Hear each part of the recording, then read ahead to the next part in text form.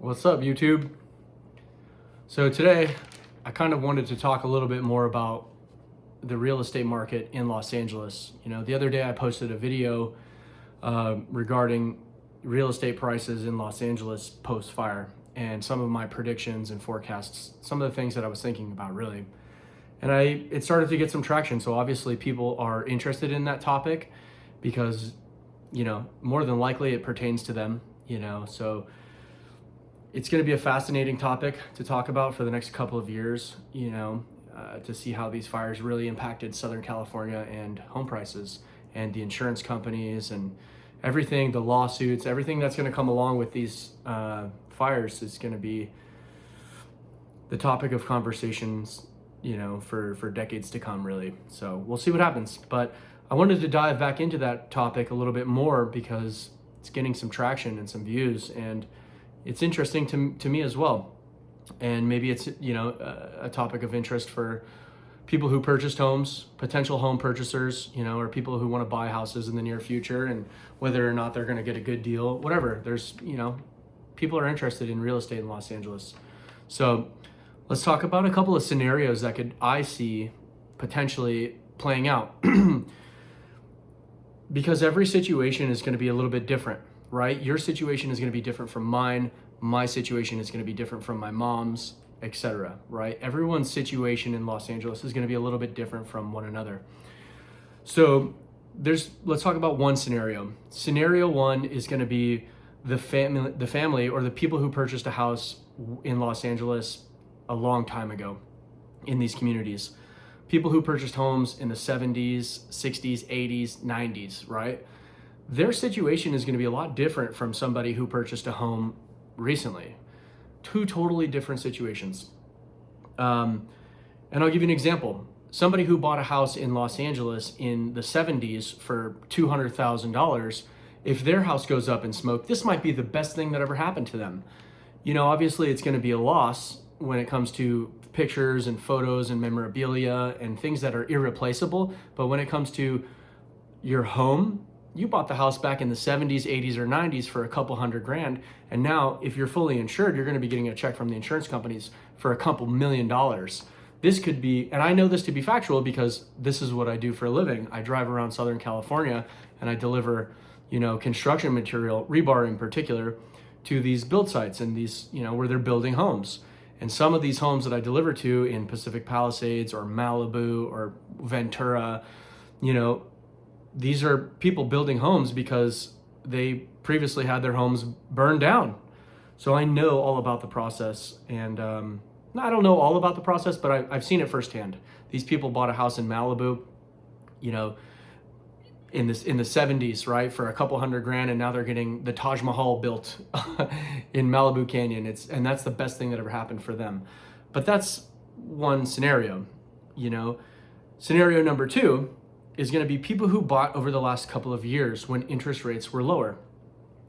We all know what took place throughout the country during COVID time. The government printed money, stimulated the economy, injected trillions of dollars into everyone's bank accounts, and they lowered interest rates, right? This drove up the demand for housing, interest rates in particular being very low, 3%, even sub 3 if you had really good credit. So the demand for housing went through the roof, right?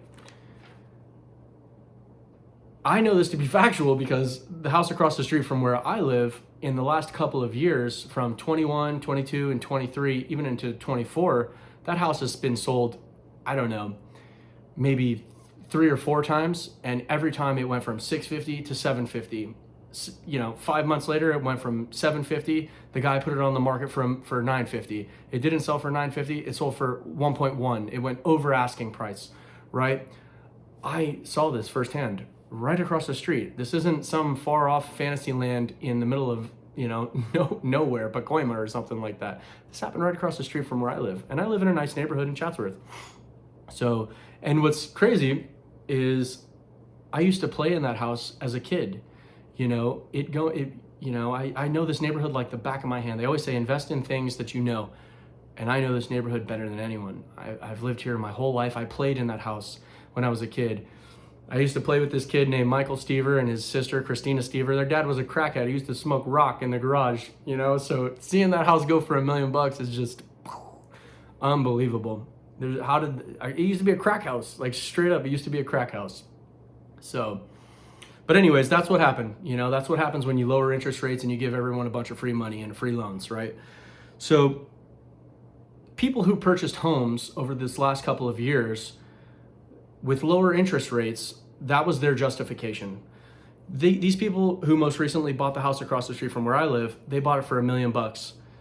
Right before they bought it, 5 months before they bought it, an investor bought it for $750. So he bought it for $750, changed the paint, changed the flowers, touched it up a little bit, put it on the market for $950. It sold for over $1 million.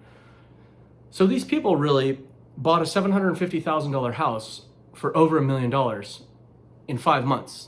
Think about that. The house appreciated in value $250,000 in the matter of 5 months. This has never happened in history. Never. If it has happened in history, it hasn't happened very often. Typically, home prices appreciate a couple percent per year, 2, 3%, maybe 4%, maybe a little bit higher depending on your location, right? This is all local. It all depends on location, location, location. My grandmother was a realtor. She sold hundreds of millions of dollars worth of real estate in Los Angeles. So I'm a little bit familiar. But again, the people who bought the house across the street over the last couple of years, their justification for buying a $750,000 house for $1 million was, well, interest rates are low, they're 3%. You know, this is going to be the opportunity of a lifetime. It doesn't even matter. Home prices are only going up, baby. It's all good. I'm not sure if that's going to play out if you bought that $750,000 house for $1 million with a 3% mortgage and now your house is up in smoke. I don't know their situation is going to be different, you know, than somebody who bought this house in the 70s. You know, everyone's situation is going to be different. So the third scenario is going to be people who purchased last year while interest rates were high. Not only were they paying top dollar for their home, because home prices in Los Angeles haven't really come down. There are places in Santa Monica where home prices have started to go down. And then also if you go towards Compton and Inglewood and Watts, the value of homes has gone down over there as well. So, but they're going up in Westlake and Thousand Oaks, right? So it's all zip code dependent. It's very local. And you know, just saying Los Angeles and using a huge generality, like that's not really fair. So, but anyways, somebody who purchased the home last year, not only did they pay a premium, they paid top dollar for this house, but they also paid a really high mortgage rate. Most of the people aren't paying cash, they're getting mortgages.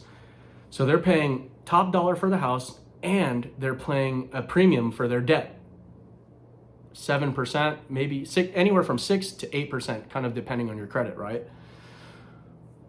Those are the people who are going to be in the most difficult situation because they paid top dollar and the money that they used to borrow to purchase the home, their mortgage, their interest rate is top dollar too. They're paying 7%, maybe even more. They are going to be in a very difficult situation. And the whole logic behind why they did that is, well, baby, it's okay. Mortgage rates are 7% right now. It doesn't matter. Home prices in the next couple of years are going to go up 5, 10%. It's all good, baby. You know, and then interest rates are going to come down. So we're going to go ahead and refinance when interest rates are lower. We're going to pull out some equity, baby. This is going to the moon. I promise you, it ain't going. And now they're up in smoke. So these next couple of years in Los Angeles are going to be very fascinating and very interesting. And again, you know, that's the third scenario. There's a whole different slew of problems when it comes to FHA. An FHA loan is a lot different than a traditional loan. FHA loans, you know, are required to have private mortgage insurance. So the banks really are going to be just fine on that. You know, they're, you know, so that's going to be a lot different from somebody who doesn't have private mortgage insurance. So, you know, it's going to be a very difficult situation these next couple of years, that's for sure. You know, I wanted to talk about the mortgage application rate as well to put this into perspective. You know, the mortgage application rate is basically the lowest it's been in 30 years. There is no demand for housing. The mortgage application is very clear. The mortgage application rate is very clear. The lowest amount of mortgages, people applying for mortgages in 30 years. 30 years ago, we were in recession, okay? Not to mention, were we in recession, the population in the United States was significantly smaller. So we have the same amount of people applying for mortgages today than we did back 30 years ago. A, we were in recession, and B, the population was much smaller then. There was 50 million people less, which implies that we are really feeling the effects of these interest rate hikes. And nobody's buying cars, nobody's taking out business loans, nobody's buying motorhomes, nobody's buying houses, flatlined. If you're a realtor, you're in recession. If you're a car salesman trying to sell a new Ford or a new Ram truck, you're in recession. Anything that requires a big ticket item and a big loan, they're struggling right now. So, and this will exacerbate that struggle. Imagine being a car salesman who bought a house recently in Altadena or Pacific Palisades or one of these places that's going up in smoke. This is going to be a big problem, okay? So, you know, those are the three scenarios that I see and some of the situations that could potentially play out. And it all really comes down to whether or not the insurance companies are going to pay out. I don't think they are. I think that their track record speaks for itself, and a lot of people are going to go into default. I don't think that the insurance companies are going to cover the full cost of the house. You know, I really don't, especially how much housing prices have inflated over the last couple of years with all the bidding wars in Los Angeles. I think that the insurance companies are going to screw over a lot of people, and as a result, we're going to see a tremendous amount of foreclosures all throughout Southern California. I really do believe that. If anyone else has any other opinion or sees things a different way, please let me know in the comments. I would love to hear your thoughts. As much information as I can consume, the better. I would love to hear everyone's opinion on how this could potentially positively impact home prices throughout Southern California. Please let me know.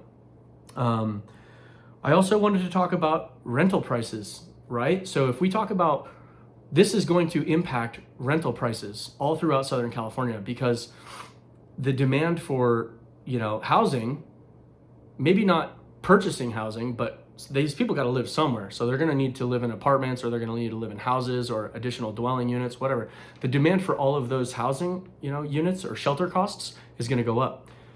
All of that information is absorbed by the Federal Reserve and incorporated into the CPI, the Consumer Price Index. So I guess what I'm alluding to is whether or not will the rise in shelter costs increase the inflation rate? That's another topic I'd like to talk about a little bit more, maybe in another video, but I potentially see that happening as well. And if shelter costs go up, that's going to increase the CPI, because in the CPI, the Consumer Price Index, shelter costs are in that, and they're a large percentage of the Consumer Price Index. So if shelter costs go up in Los Angeles, that's going to impact CPI. The higher the CPI, the lower the odds that the Federal Reserve is going to cut interest rates. So it's just a death spiral. It really is, and the higher interest rates are, the worse the economy is going to be for the longer time. So, yeah, that's some of my thoughts today. And if you have any questions or comments or any opinions, please leave them in the comments section below. I'd love to hear your thoughts and your opinion on where this could go with the housing market in Los Angeles and interest rates and the banking system and the business cycle. I love this stuff. It's super fascinating to me. And until next time, I guess I'll talk to you later. See you later, guys.